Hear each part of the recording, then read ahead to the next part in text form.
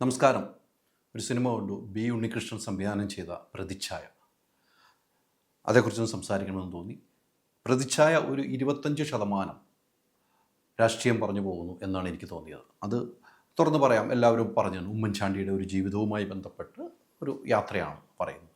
പക്ഷേ ഈ സിനിമ ഫാമിലിക്ക് ഏറ്റവും പ്രിയപ്പെട്ടത് തന്നെയായി മാറും ഈ സിനിമ. അത് അങ്ങനെ ഒരു അച്ഛൻ മകൻ ബന്ധം, ഒരു ഭാര്യ ഭർത്താവ് ബന്ധം, ഒരു പേരക്കുട്ടി മുത്തച്ഛൻ ബന്ധം, അങ്ങനെ എല്ലാം കൂടി കോർത്തിണക്കി ഒരു ഫാമിലിക്കും കൂടെ ഇഷ്ടപ്പെടാവുന്ന ഒരു രാഷ്ട്രീയവും പറയുന്ന ഒരു സിനിമ എന്ന് വേണം പറയാൻ.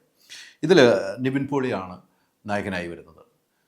ഇതിൽ ഏറ്റവും പ്രധാനപ്പെട്ട കാര്യം 2-3 കാര്യങ്ങൾ പറയാം. ഇതിൻ്റെ ബാക്ക്ഗ്രൗണ്ട് സ്കോർ ജസ്റ്റിൻ വർഗീസ് ഗംഭീരമായിട്ട് ചെയ്തിട്ടുണ്ട്. അത് ഇല്ല എന്ന് പറയാനുള്ള നമ്മൾ തിയേറ്ററിൽ പിടിച്ചിരുത്തുന്നത് ഈ ബാക്ക്ഗ്രൗണ്ട് മ്യൂസിക് തന്നെയാണ്. അത് എടുത്തു പറയേണ്ട ഒരു സാധനം. പിന്നെ വിഷ്വൽസ് ഗംഭീരമായിട്ട് ഓരോ ക്യാമറ ഫ്രെയിമും ഒന്നിനൊന്നിനും മെച്ചമായിട്ട് തന്നെയാണ് ഈ സിനിമ കാണുന്നത്. അത്രയും ആയിരക്കണക്കിന് ആളുകളുള്ള ഫ്രെയിമിൽ വരെ നമുക്ക് അത് കൃത്യമായി ആ ഫ്രെയിമിൽ ആളുകൾ കൊള്ളിച്ചുകൊണ്ടുള്ള ഫ്രെയിം അത് നമുക്ക് നന്നായിട്ട് ഫീൽ ചെയ്യുന്നുണ്ട്. പിന്നീട് ഒരു അച്ഛൻ മകൻ ബന്ധം, ഞാൻ പറഞ്ഞു അച്ഛനും മകനുമായുള്ള ബന്ധം ആണ് ഈ സിനിമ പറയുന്നത്. അത് ഉമ്മൻചാണ്ടിയുടെ ജീവിതവുമായി കോർത്തിണക്കിക്കൊണ്ട് പോകുമ്പോൾ അത് ഒരു തുറന്ന പുസ്തകമായിരുന്നു ഉമ്മൻചാണ്ടി എന്ന കാര്യത്തിൽ ആർക്കും സംശയമില്ല. ഒരു നീതിമാനായ രാഷ്ട്രീയ പ്രവർത്തകനായിരുന്നു ഉമ്മൻചാണ്ടി. അപ്പോൾ ഉമ്മൻചാണ്ടിയുടെ ജീവിതം പറഞ്ഞു പോയി. അത് സെക്കൻഡ് ഹാഫിൽ വരുമ്പോൾ അതെന്താണ് നടന്നതൊക്കെ പറയുന്നത്. പിന്നെ മാധ്യമങ്ങളിലെ ഒരു വിമർശനം, മാധ്യമങ്ങളെ കൂട്ടുപിടിച്ചുകൊണ്ടുള്ള ഒരു രാഷ്ട്രീയക്കാരുടെ ജീവിതത്തെ ബാധിക്കുന്നത് എങ്ങനെയാണ്, അല്ലെങ്കിൽ മറ്റുള്ളവരുടെ ജീവിതം എങ്ങനെയാണ് ബാധിക്കുന്നതെന്നും കൃത്യമായി പറഞ്ഞു പോകുന്നു.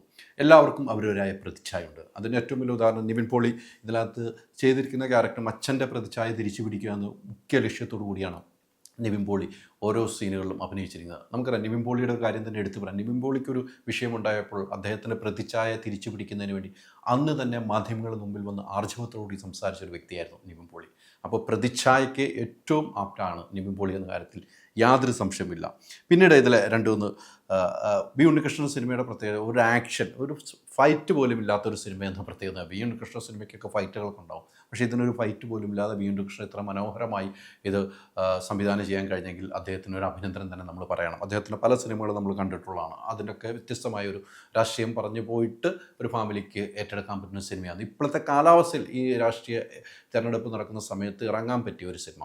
ആരാണ് ഉമ്മൻചാണ്ടിയെ ചതിച്ചത് എന്ന് സിനിമയിൽ പറഞ്ഞു വയ്ക്കുന്നു. അത് ഇടതുപക്ഷമാണോ വലതുപക്ഷത്തുള്ളവരാണോ എന്ന് തന്നെ സിനിമ കണ്ടാൽ നമുക്ക് തീരുമാനിക്കുന്ന രീതിയിലേക്ക് വന്നു. അതിലെ പങ്ക് ആരാണ് വഹിച്ചത് അതൊക്കെ സിനിമയിൽ പറഞ്ഞു പോകുന്നുണ്ട്.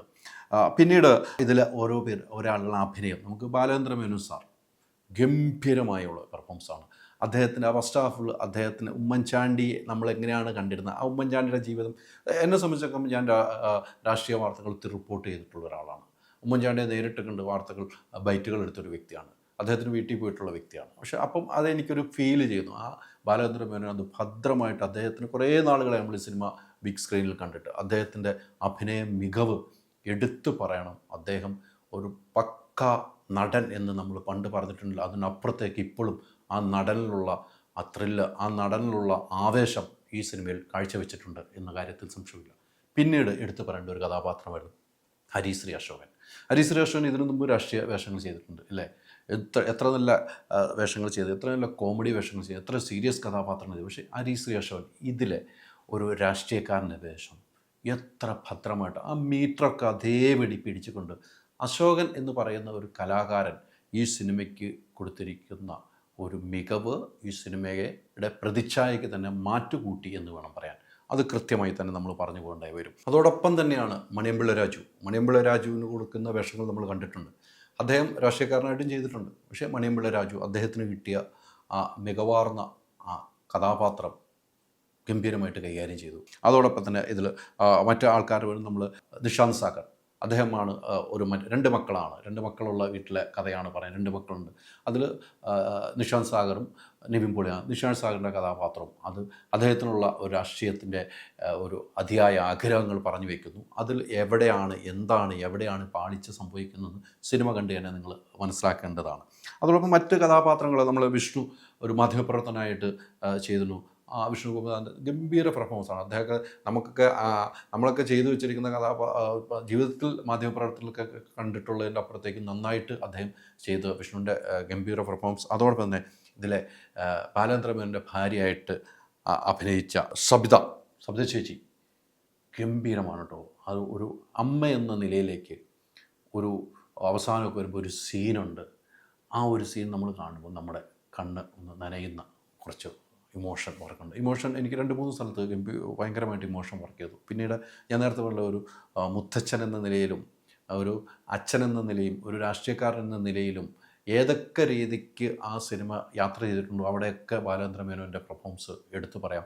അത് നമുക്ക് അവസാനമൊക്കെ ആകുമ്പോൾ കണ്ണെന്ന് പറഞ്ഞാൽ മുത്തച്ഛനും കൊച്ചുമോളുമായിട്ടുള്ള ഒരു സംസാരങ്ങൾ കേൾക്കുമ്പോൾ നമുക്ക് പെട്ടെന്ന് കണ്ണു നിറയും. അത് എങ്ങനെയാണ് എന്ന് തിയേറ്ററിൽ പോയിരുന്ന് കണ്ടാൽ മാത്രമേ നിങ്ങൾക്ക് മനസ്സിലാക്കാൻ കഴിയുള്ളൂ. പിന്നെ നേരത്തെ പറഞ്ഞാൽ ഉമ്മൻചാണ്ടിയുടെ ജീവിതം നമ്മൾ അറിഞ്ഞ് നമ്മൾ വായിച്ച് കേട്ടും നേരിട്ട് കണ്ടും അനുഭവിച്ച രാഷ്ട്രീയം അറിയാവുന്ന എല്ലാവർക്കും ഇഷ്ടപ്പെടുന്ന ഒരു സിനിമയും അതോടൊപ്പം തന്നെ ഒരു ഫാമിലി എന്നത് എല്ലാവർക്കും ഉണ്ടല്ലേ. അതിപ്പം രാഷ്ട്രീയക്കാർക്കായാലുമുണ്ട്, മാധ്യമപ്രവർത്തകർക്കാരുമുണ്ട്, സിനിമാ താരങ്ങൾക്കാണെങ്കിലും ഒരു ഫാമിലിയുണ്ട്. നമുക്കുണ്ടാകുന്ന വിഷമത്തിൽ ഏറ്റവും കൂടുതൽ ദുഃഖിക്കപ്പെടുന്നത് ഫാമിലി ആയിരിക്കും.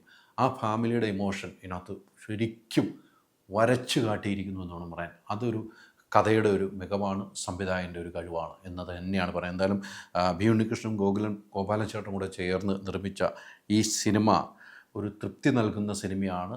ഞാൻ നേരത്തെ പറഞ്ഞ പോലെ 25% രാഷ്ട്രീയത്തോടൊപ്പം തന്നെ അതിനപ്പുറത്തേക്ക് ഒരു ഫാമിലി ഇമോഷൻ നൽകുന്ന ഒരു സിനിമയാണ് പ്രതിച്ഛായ എല്ലാവർക്കുമുണ്ട്.